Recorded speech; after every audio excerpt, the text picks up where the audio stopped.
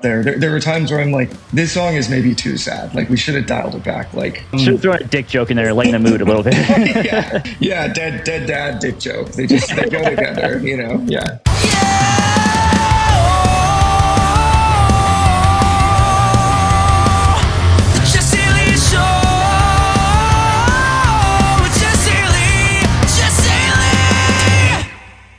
Hey, it's me, Jesse Lee, and thank you so much for clicking on this episode of The Jesse Lee Show. I know there's a lot of other episodes of The Jesse Lee Show that you could have clicked on, and you know what? I'm not sure, but I think there might be other music podcasts out there as well that you could have checked out, but you made the right choice. You landed here today. Hope you're doing well. I am still buzzing a little bit from going to see WWE SummerSlam. It was in Cleveland this past weekend. Had a great time. Got to rub elbows with the commoners, you know, with the other peasants, you know, the other wrestling going folk. No, it was a good time. It was a blast. I got to dab up Jelly Roll when he walked by. That was pretty cool. If you were there, if you were at SummerSlam, or if you watched it on TV, let me know what you thought of it. But this is not a wrestling podcast, unfortunately. This is a music podcast, as I mentioned. And today I've got the very special guest, Rory Rodriguez from the band Dayseeker. I was able to catch up with them before they get on their tour next month. They're going out with Alpha Wolf, Catch Your Breath, and Kingdom of Giants. It should be a great tour package. We talk about their latest album, Dark Sun, and how it's inspired by the loss of his father, and how the initial feedback for the record kind of had him put off a little bit. He thought, did we make the right choice here creatively? Are people digging this, or did we do something wrong? So we dive into that a little bit. We also talk about their Twitter getting hacked and how they got that back. Touring with Bad Omens, the band, the kind of undergroundish band that sort of ripped them off a little bit, and how he feels about that. We talk about baddiecore, everyone's favorite genre. And also, Dayseeker is working on a brand new EP. I got the exclusive on that. So we should be looking forward to hearing some new Dayseeker music, possibly in the fall, maybe. I don't know. We'll see. In the meantime, before then, make sure to follow Dayseeker and Rory on all the social media platforms. You can also follow me at Jesse Lee on TikTok and Instagram, at Jesse Lee Show on X. And wherever you're listening, watching, consuming this podcast at, whether it be Spotify or YouTube, please make sure to hit that follow or subscribe button. And I know I'm about to sound like a broken record here, but if you're following or if you're watching this on Spotify or listening, there's these 5 little stars you can go hit right up in the corner on the top of the show page. 5 little stars. You can hit 1 star if this is a 1-star experience for you. But please, if you don't mind hitting those 5 stars, it takes like 4 seconds. I mean, honestly, I get a lot of questions like, oh, you know, how can we help out the podcast? Like, you know, do you have like a Patreon or anything like that? And, you know, I'm making this part up. No one wants to help, but no, there is no Patreon. There's no way to like donate really to the podcast. The best way to help this show, to keep it going, honestly, is to please follow and subscribe to the show, and also share it with friends and leave that 5-star rating. That's all you got to do. I know I gave you a lot of tasks. I know I gave you a lot of homework, but if you enjoyed the episode, please feel free to do that. All right, let's get into it. Speaking of, thank you for taking the time, because you guys just got back from a tour overseas, right? Yeah. Out for about 3 weeks and did Japan, into Australia and New Zealand, and then we did like a random one-off show in Hawaii. So very cool. Pretty hectic, yeah. Like, what is it like doing shows and concerts in different countries like that? Is like the audience like a different kind of vibe? Like, do you have to change anything about your set, or is there anything that you have to kind of get accustomed to when you're playing in different countries? It's the same show, honestly. It's just very. Japan was interesting because I guess it's considered in their culture pretty impolite to like talk or make any noise in between your songs. So wow. So they're hyped while you're playing. They're really into it. And then as soon as you stop playing, it's like a quick applause. And then they like, yeah, it's like you can hear a coin drop. It's really, it's really strange kind of. And I have all these like different things I'll say. And I talk about my dad a lot on stage. And it was funny because I was just like talking about my dad. And then I was like, and I think there was like 600 people there, and I was just like, I don't think a lot of you speak English. So I said it, and they were just kind of like, yeah, it was just sort of interesting. But no, Japan's great. Like, he looks sad. Is he okay? I can't tell. Yeah. No, Australia is cool. I wouldn't say Australia is like crazy different. like crowd work wise than the US is. But Australia is awesome too. They really, it was our first time like really doing a proper headliner, and it's weird seeing that we can like pull like similar amounts of people overseas that we can in the States. So it was pretty shocking, honestly. But do you avoid all the spiders and snakes and crocodiles? Man, those don't exist. I've never. No, I don't know. If they exist, they're hiding really well. I went.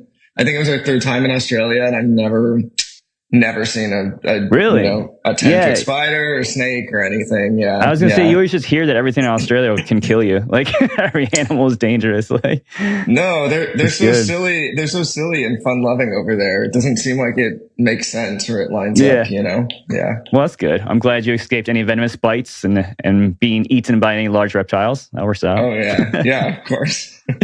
So you got a little bit of downtime before the Dark Sun Protocol tour starts. You got Alpha Wolf on there, Catch Your Breath, Kingdom of Giants, Sick Bill. It looks like a lot of the dates are sold out too already, which is pretty awesome. That's a good feeling going into it. At least a few of them were. Yeah, the tour poster. It's getting there. I think there's like 27,000 tickets sold right now, which is cool. And I think we're like 50 or 60% of the way there. So it feels like it's going to be amazing. Really excited for it. Mm-hmm. How are you spending this little bit of downtime you have? Are you trying to recharge and spend time with the family, or are you just working back to it? A lot of work, honestly. I try to spend time with my daughter when I can.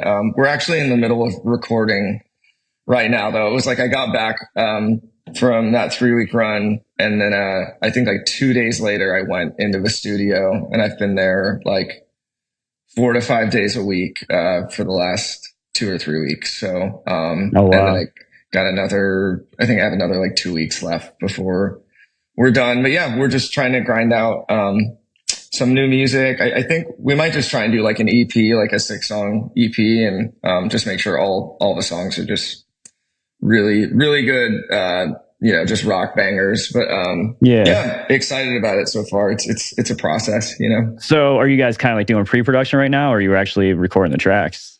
No, it's like in the thick of it. Yeah. Nice. I think two are like done. We're in the middle of like a third and a fourth. And I think we might try and get like 7 or 8 and then just pick 6. But we're moving along. It's been we haven't recorded anything new in like, I want to say like a year and a half or 2 years. Mm-hmm. So it feels like, I don't know. You see all these, I know all these guys in other bands where like they keep writing 24/7, just constantly, mm-hmm. like even after their albums come out. And I feel like I always need like a break after we release something. And then I feel like I come back like rejuvenated and excited, and I have all these different ideas. I mean, more power to those guys. Maybe I'm not as good as them, but it feels good though. I'm really excited about some of the stuff we've got done so far. So I could see that being like a pretty emotionally and draining experience, and you kind of do need to build it back up again before you start doing, I feel like, putting it all back out there again. Kind of like regroup a little. Yeah, it's not even lyrically. It's just funny that like I brought this song to our producer and I heard it in my head, and it was structured so simply, and it just we did it in like 2 days, and it came together like so easily. And then it was mm-hmm. like cool. I think maybe every song's going to be like this. And then the other few we've been working on, it's like we always say this term. It's like you have to unlock the song. Like we'll be like, I'll come in like the same thing, like let's do this and try this part here and that, and then we'll get like a rough down, and we'll both listen and be like, that's not good. Is it like there's something that's wrong with it? Like it's not right. And then you change stuff around, or you come back like a day later and you mm-hmm. listen again with fresh ears, and you're like, oh my God, this is wrong. Like it's so easy to see, but it takes a minute sometimes to like find the song and find like what are the best parts we have to keep and what do we have to get rid of. But it's it's a process. It's really rewarding, but it's pretty tiring sometimes. Are you guys going to play in the new songs on the upcoming tour?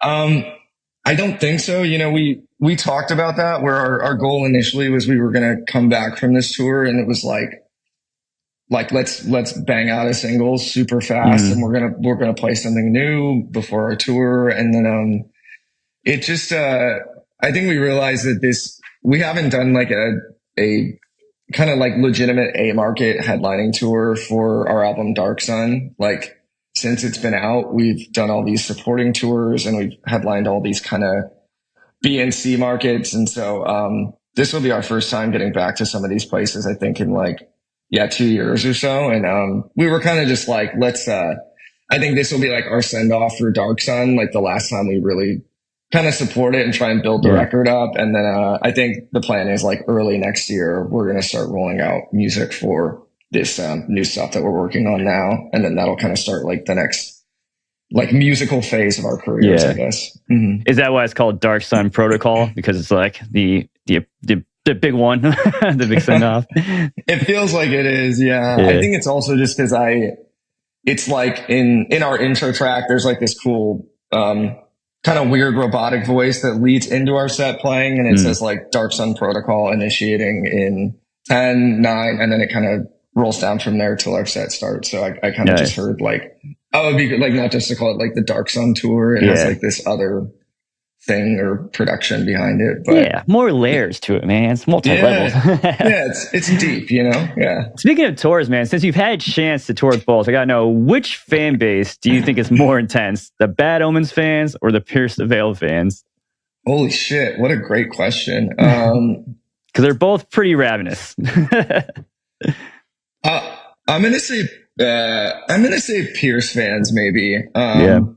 Just because I think they've had longer to sit out and kind of marinate. I think Bad Omens even was probably like, whoa, like what is happening here? Like when they really started seeing kind of the fruits of their labor come into play. No, and I will say too, it's because, you know, supporting both those bands, it was like Bad Omens crowds were, I mean, definitely they love Bad Omens, but it also still felt like because Bad Omens and us are like in a similar genre, we get lumped together a lot of times. It did feel still like when we were playing right before Bad Omens, like a lot of their fans seemed to be really receptive to us, really seemed to enjoy the set. And it was a fun time versus like we supported Pierce 3 different times and their crowds are like, if you're not Pierce the Veil, I don't want to watch your set. Like it was such a, oh man, what was it? My buddy Lucas from Holding Absence, he kept calling it a humility tour. Cause it really checked because I think we've gotten so used to the last couple of years. Like we play shows and, people seem to know our music, know the words, like really, really interact with us during our sets. And a lot of those Pierce shows, it was just like, it's like you start playing and you're having a good time and you look out at the crowd and they're just like, and then like you have to like win them over. And then by the end of our sets, it would seem like we had won them over and they liked us, but it was just, it was a trip just being like, man, like, like they are really mostly just here for Pierce the Veil and you are like white noise until that happens. They make you work a little bit harder, huh? They do, man. Yeah. It's, but we got a lot of, I still hear it from people like who have come to see us now or like, oh my God, I saw you with Pierce the Veil and loved it. So I think it was a massive help for us in like getting reach for newer fans. But in the moment, it's hard sometimes when you're like trying your best to put on a show and you feel like the people in the crowd are like win me over, entertain me, you know? I was at an Incarceration Festival a couple weekends ago, and Bad Omens was headlining on Sunday night. And I ran into this girl, met her backstage, like in the press area. Like she wasn't like just a fan, like she like worked like with bands and stuff. But like she was like just talking about Bad Omens like all weekend long, and they were headlining on Sunday, so every day I could see her like anticipation like growing and her getting more like anxious. Like, and then I saw her during the middle of Bad Omens set, and she just sobbed. Like this girl I was talking to completely like a 5.5 hour ago sobbing. I'm like, whoa, like this band really brings some emotions out in people. Like they do, yeah. They're man, it's like them and Sleep Token. Their rises should be studied. It's very. It seems like I think TikTok is just this like machine where it's like if you get if you get kind of popular on there, it can change your career overnight. It's for sure. Pretty insane. And like, I think you guys, Bad Omens, Sleep Token, you guys all kind of fit into that, like that genre, this new breed of music. I mean, obviously the term that gets thrown around a lot now is baddiecore, which is fucking hilarious. But yeah. I feel like, yeah. Do you guys feel like you fit in that genre, or how do you feel about that word? Not right now, but I feel like after our new album or our new stuff comes out, I think it'll make a little more sense. It's just funny. Yeah. Like it wasn't intentional, but yeah, just some of the, not the whole EP, but like a few of the songs we've written so far are like sexier and a little darker. And it's funny that it feels like, that's so funny. Me and our producer were like, yeah, this is like baddiecore. Like it's literally like, it's like really dark and eerie, but it's got like, it has just like kind of like a sexy brooding vibe to it. And so yeah, I feel like, yeah, maybe ask me again in like 6 months and I might be like, yeah, now we do. But no, it's funny. We're definitely like a lot more emotional, I think. Well, Sleep Token is super emotional though too. I think it's just like all about the vibe. Like I think people just love to slap a genre on anything. Like you got to like compartmentalize and put things in boxes. It's just human nature. It's just a fun term. But yeah, I think it's all about the vibe. And I think cause like I would see a tour. If I saw a tour announced with Bad Omens, Dayseeker, and Sleep Token, I wouldn't think like, oh man, that's a weird combination. It all makes sense. Right? No, for sure. I'm happy to be lumped in with those bands because they're great. They're amazing. So I'll take it. I do love the Dark Sun album, man. It feels like a whole like album of singles, really. Like every song can stand on its own, but all fits together at the same time. Like we play a bunch of them on Octane, dude. It's a fantastic album. I know. You guys are the Hazel song too, man. That's a great track. Great ender. Dude, thanks. We're gonna play that for like the first time as a band. We're gonna play it on the Dark Sun Protocol tour, which is funny because we headlined the UK. I think it was April of last year, and I had this really cool idea that it's like our set ended on Neon Grave, but then the encore, I did an acoustic version of a Hazel song, Afterglow, and man, it just tanked. It was just, brought the vibe down. Yeah, it was just such a bad, like, I think it's because Neon, whenever we end on Neon Grave, it's like crazy, chaotic. The energy's high. Yeah, it's so good. And then I realized, doing it out then, I was like, damn, this song is, like, it's a good song, but I think at the time, especially, it was like kind of a sleeper. Like, it's not really like a top stream track. And so I think I was playing it and I could see not the whole room leave, but I'd see some people be like, like, I'm not, like, I'm going to head out. So, it's not our, so, and it was just me on acoustic too. And it was just like, this probably would have been better as a full band. So we're going to do it like we do on the album, for the Dark Sun Protocol tour. And it's like kind of near the end of the set, but it's not the last song we play. So I think not gonna end on that. No. We learned our lesson a long time ago. Every tour you do is like a learning lesson. I mean, we're probably going to end on Neon Grave for a long time because it just goes over so well. It's a banger, dude. It's a knee slapper. Thanks, man. Yeah.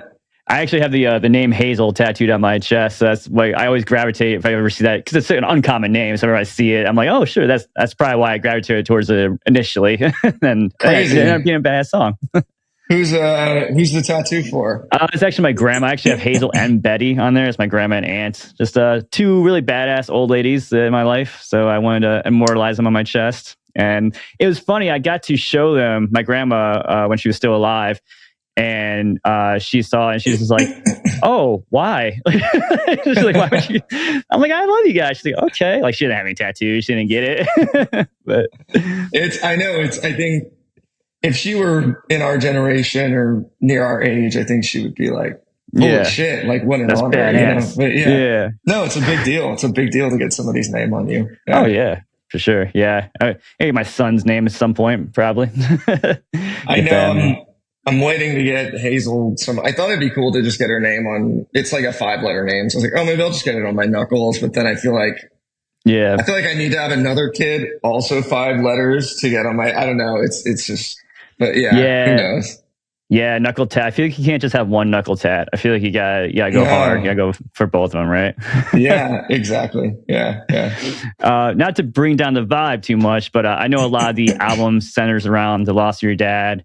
And I lost my dad the same year you did. So I feel like we're kind of on like a similar grieving train ride, as far as the ups and downs go and stuff. Yeah, sorry to hear that, dude. Yeah, back at you, man. Were there any songs that were, because I know for me, like it's kind of hard to like face that topic and even talk about it, even like, casually with strangers is fine, but like just actually dive into that matter can be pretty challenging sometimes. Mm-hmm. So was there any song on the album that was like especially hard for you to write, or one that you were like, man, I don't even know if I want to put this out because it's so vulnerable?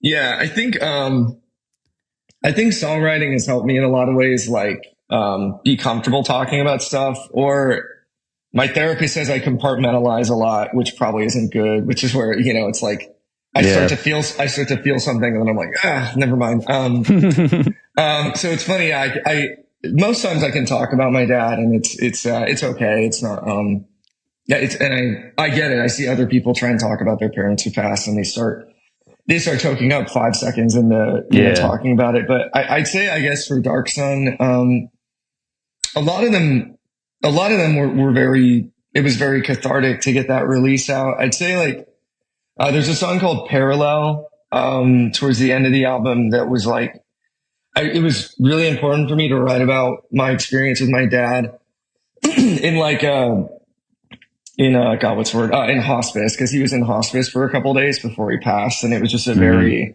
surreal experience. You kind of just show up into this, just a very dark environment, just kind of waiting around for somebody to pass away. And I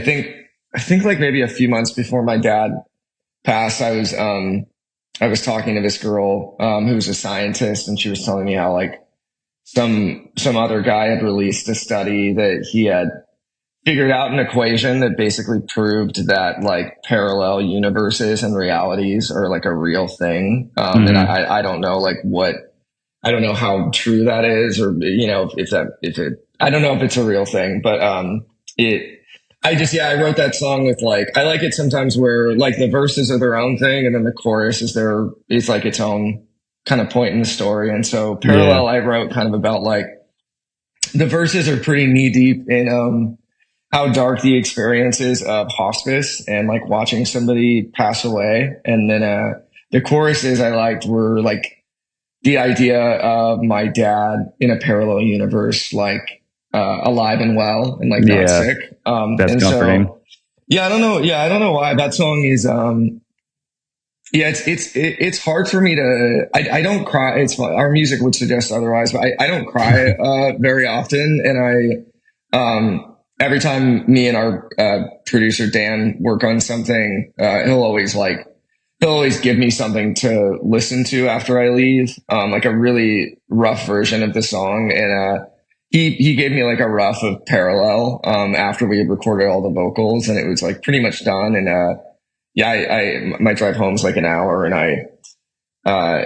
it sounds so lame, but I cried to my own music, and it was just it was very strange because that doesn't normally happen. And I think, it's definitely, we've played it for a couple of tours, and, it's definitely a song where I'm like, I just look out in the crowd. I'm like, you're crying. It's just a very like, I think that song and the album, especially, I think it might be a reason like you enjoy it, is like, I realized that, there were people initially when it came out who were like, I don't get this record. And it's like, it's kind of a snoozer. It's not like a traditional rock record. And then other people who had like lost a parent or lost anybody really would kind of say how much it helped them. And I kind of had this like, epiphany, like shortly after it came out, but it's kind of a record, like it's a record for people, I think, who have lost somebody close to them who've like passed away. And like, maybe it's not super relatable if like your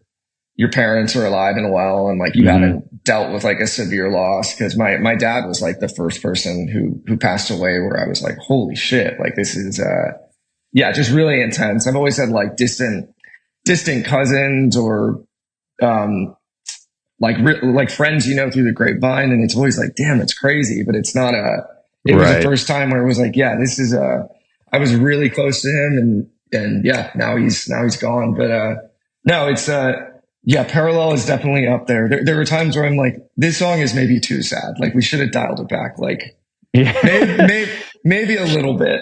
Should have thrown a dick joke in there, lighten the mood a little bit. Yeah. Yeah, dead dad dick joke. They go together, Yeah.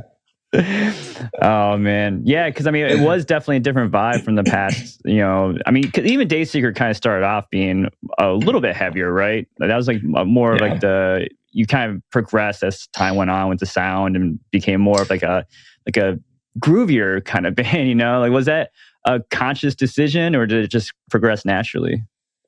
A little bit of both, I guess. Like you're younger, and I think we were like 22 or 23 when we started Dayseeker, and it was just like metal and breakdowns, and then it's just funny. I think you just catch yourself getting older, and then it hit a weird point where I think on our third record, it's pretty riffy and pretty metal a lot of the time, and I hit points in that record where I was like, man, I don't even listen to this music really like a lot. Like I'm way more into pop and just like more mellow stuff. And we kind of just hit a point where we're like, why are we still, I don't know, like trying to write this genre? And I think that record, like it didn't do great for us. I don't think it was received really well. And I can tell you, like, I'm sure it's because there were points where we were writing parts on the record where I was just like, man, I'm getting burnt out. Like I don't listen to this music a ton anymore. And I'm not passionate about it. Like I'm proud of the record. I think it came out cool. But as soon as we went into Sleep Talk, I think we were kind of like, let's try and be a little bit more like it scared me to kind of abandon our like metal and like post-hardcore roots because I like too much because I just didn't like the people who had liked us for so long. I didn't want to push them away, and it scared me to kind of be a band that like mostly just sang and didn't scream like half the time. And then when we released Sleep Talk and leaned so much more into like just good like pop structured rock writing and like mostly singing, it made me feel once I saw like how different it affected our careers, it made me feel really silly that we didn't try that like a lot sooner. I guess it was a decision. Like we should try something different because the trajectory we're on right now, like we'll get popular when we're like 70 because we're getting like, right. We're getting very little fans over a very long period of time. And Sleep Talk was the first time where it was like, holy shit, like there's a little moment happening here. And thankfully it's just continued to like grow from there. Yeah. And it's not like you went from like deathcore to 80s synth pop or anything like that. It wasn't like, I feel like it wasn't that like dramatic of a change. But of course, anytime you do anything that is a remotely commercial, I guess is a good word for it, people are gonna be like, well, what the fuck is this? Like, what are they doing now? They're not screaming every song. But Sleep Talk, that was a big, like when I heard that for the first time, I was like, oh shit, this is Dayseeker? Like this is what they sound like? Like I thought they sounded differently, So it was cool. Sleep Talk, thankfully, was like really welcomed with open arms by the scene, and I didn't really experience like any negative backlash whatsoever. Dark Sun was a different story, which was really, really surprising to me because I was like, I don't think it's like a crazy different genre jump from Sleep Talk. And it was, man, the Reddit metalcore community like turned on us, and it was just like what? They're so positive all the time. I don't believe that.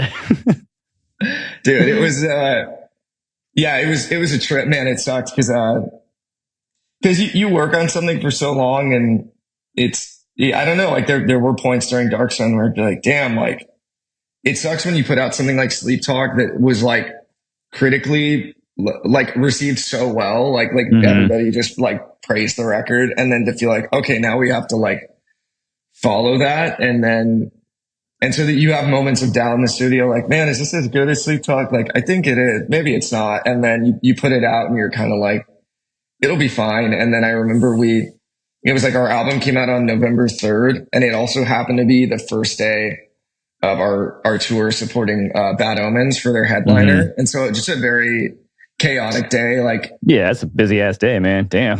oh yeah, dude. First day of tour is like kind of a shit show, and then Yeah. I'm at your label, and everybody's like, "Post about the album, do this, or your story, Yeah. go out." Like see I'm what trying to eat people are lunch, saying. man. Yeah. Dude, but that was the first time we put out an album where I genuinely was like, is this a bad album? Because man, the feedback initially on like the first day it came out was like, it was like 70% good, and then just man, so many comments just being like, it's too soft, it's a snoozer, like it's Sleep Talk was way better, like I don't like it. And I was really in my head for like a lot of that first day of the tour. I was just like, damn, like did we make a mistake? Like did we fuck up? Yeah, well, yeah. And then you're like, oh man, is this gonna like change the trajectory of your career? Yeah. But then I think I snapped into it and realized like, I was like, we're on this sold out tour with Bad Omens, about to play for a few thousand people every night. And we were like selling more merch than we ever had. It was just kind of like I can't listen to that because there's so much evidence showing that there's so many good things happening right now. And it's actually funny to see that like, what I've actually noticed the last couple months is like, we play like some deeper cuts off Sleep Talk, and we lose some of the crowd. Like now it's funny that there's a lot of people in the crowd who are only there to see like Dark Sun stuff. And then it's like we open with this song called Gates of Ivory, and it's like a upbeat kind of metalcore sort of vibe. And we thought it would be really good. And I could see like maybe like 10 or 20% of the audience knows the song. And then a lot of the audience is like,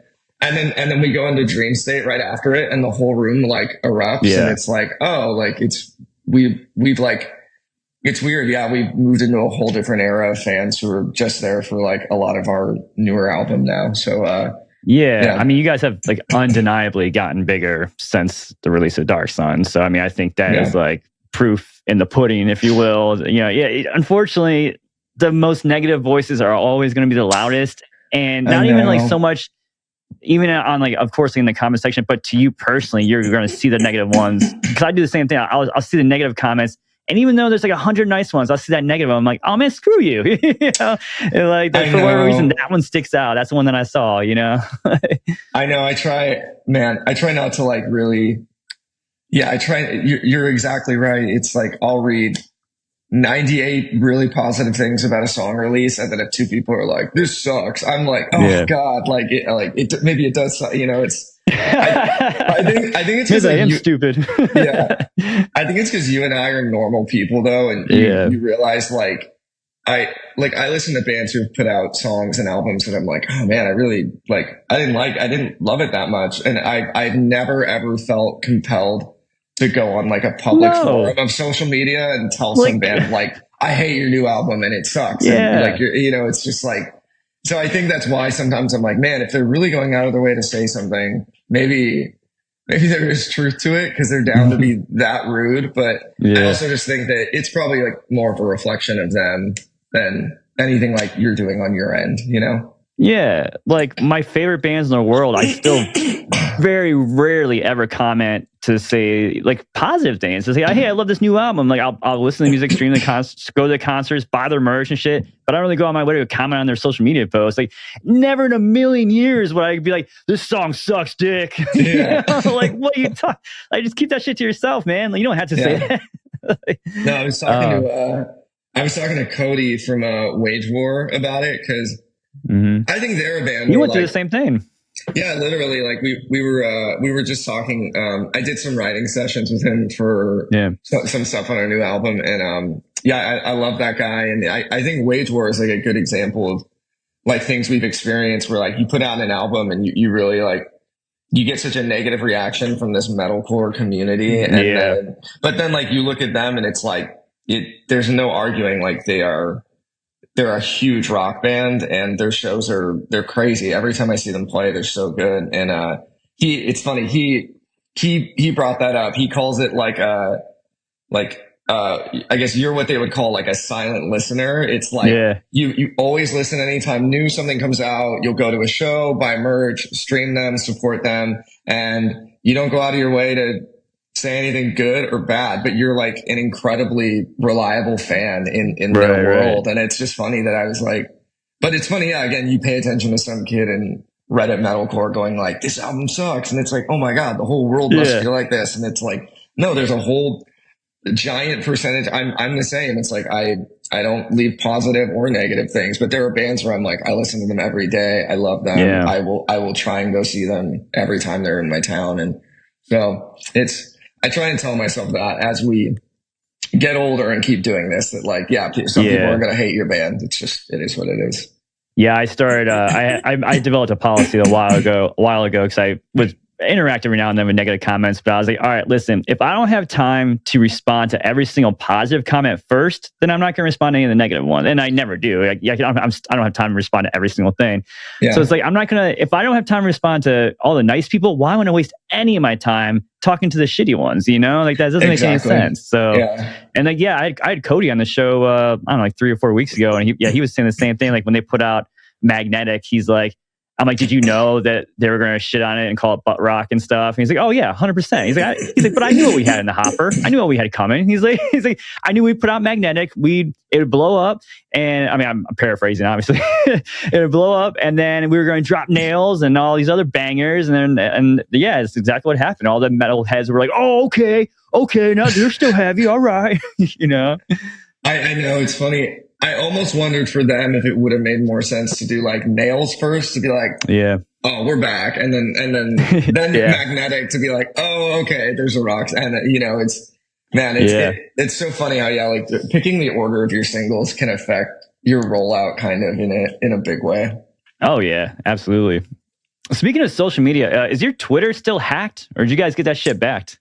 No, we got it back, thankfully. It's unbelievable though how challenging it is to actually get it back after it was hacked. We had to, so it got hacked by somebody in like Japan while we were in Japan, which is the weird thing. But I have no idea how they got in, but so it's my bad too, because I paid for Twitter because you were allegedly meant to get support if something like this happens. And also, I got it because then it doesn't limit, like a certain number of characters when you make a post. Because sometimes I go to post about a tour and I'd be like, oh, I gotta change words and like make it shorter. And so condensed shit.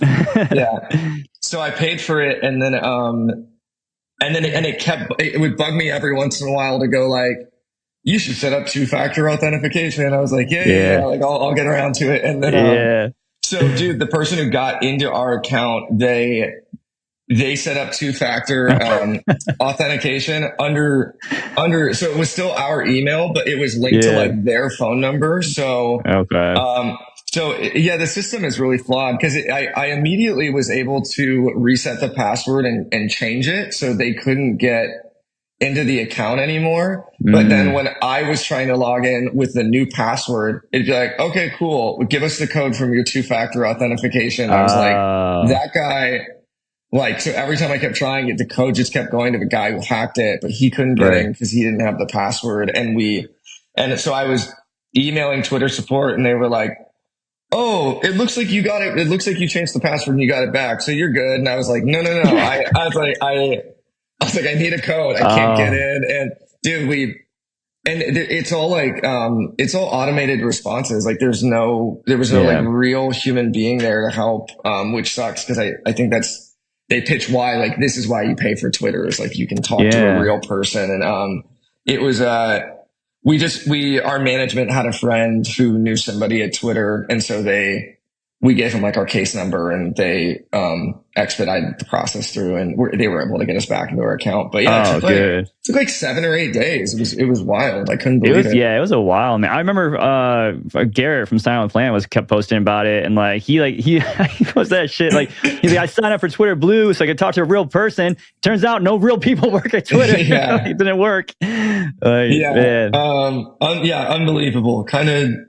Yeah. Thanks, Elon Musk. Appreciate it. Yeah, man. Very flawed system. Speaking of, I remember seeing on Twitter, this was probably about like a year ago, there's a band called Dreamstate that released a song called Dayseeker. Did you guys ever talk to them about that? Was that like a joke they were doing, or did they do it on purpose? You know, we were not in on that joke. If it was if it was a joke, yeah, it was kind of weird because we wrote Dreamstate, and I didn't.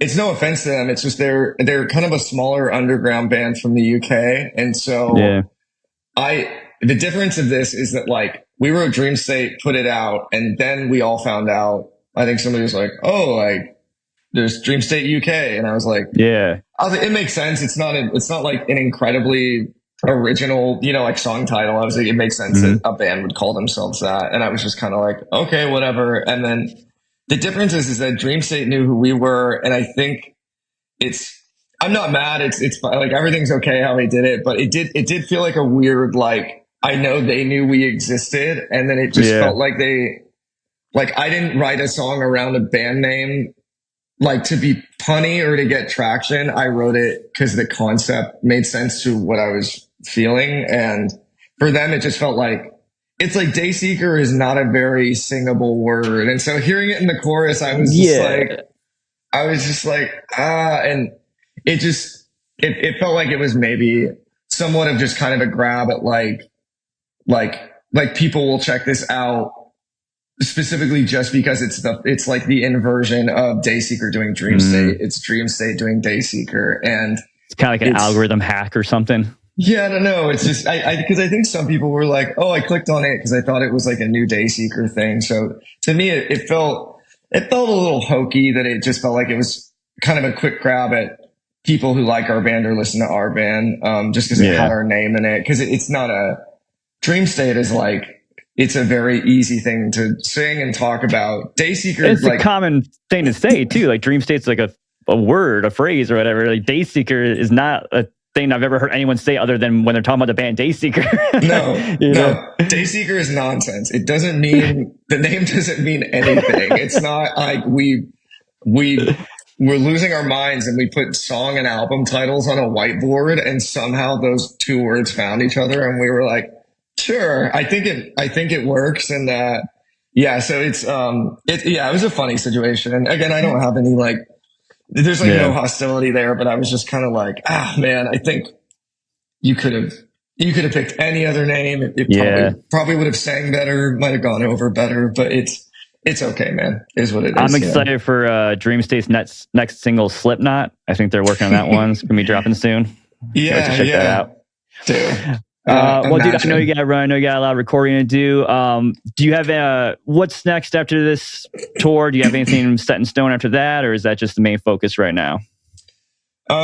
Just the US headliner for Dark Sun Protocol, and then we're home for a few weeks, and then we go to headline in the UK and Europe, probably doing the same set over there. So that'll be cool, and then.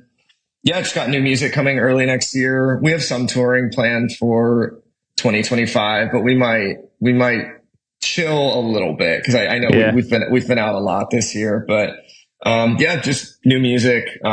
Excited to get it out. Hopefully Octane will like it and play it. We'll see. I'll check it out. I'll let you know. very exclusive club. Yeah. If it passes the test, we gotta have a high level. They don't just like anybody on there like me. Well, appreciate your time, dude. Yeah, dude. Any last minute plugs before we get out of here? No. Our acoustic album Replica's out. Listen to Dark Sun. Listen to Medicate Me with Rain City Drive. Otherwise, yes. Good stuff. Absolutely. Mm-hmm. And find, I almost said find Dreamstate. Find Dayseeker on all the socials. Find them on their newly recovered Twitter X account as well. You can get me at Jesse Lee on TikTok and Instagram, at Jesse Lee Show on X. And above all else, no matter what you do, please share this episode with someone that doesn't suck. All right? Take it easy now, and bye-bye.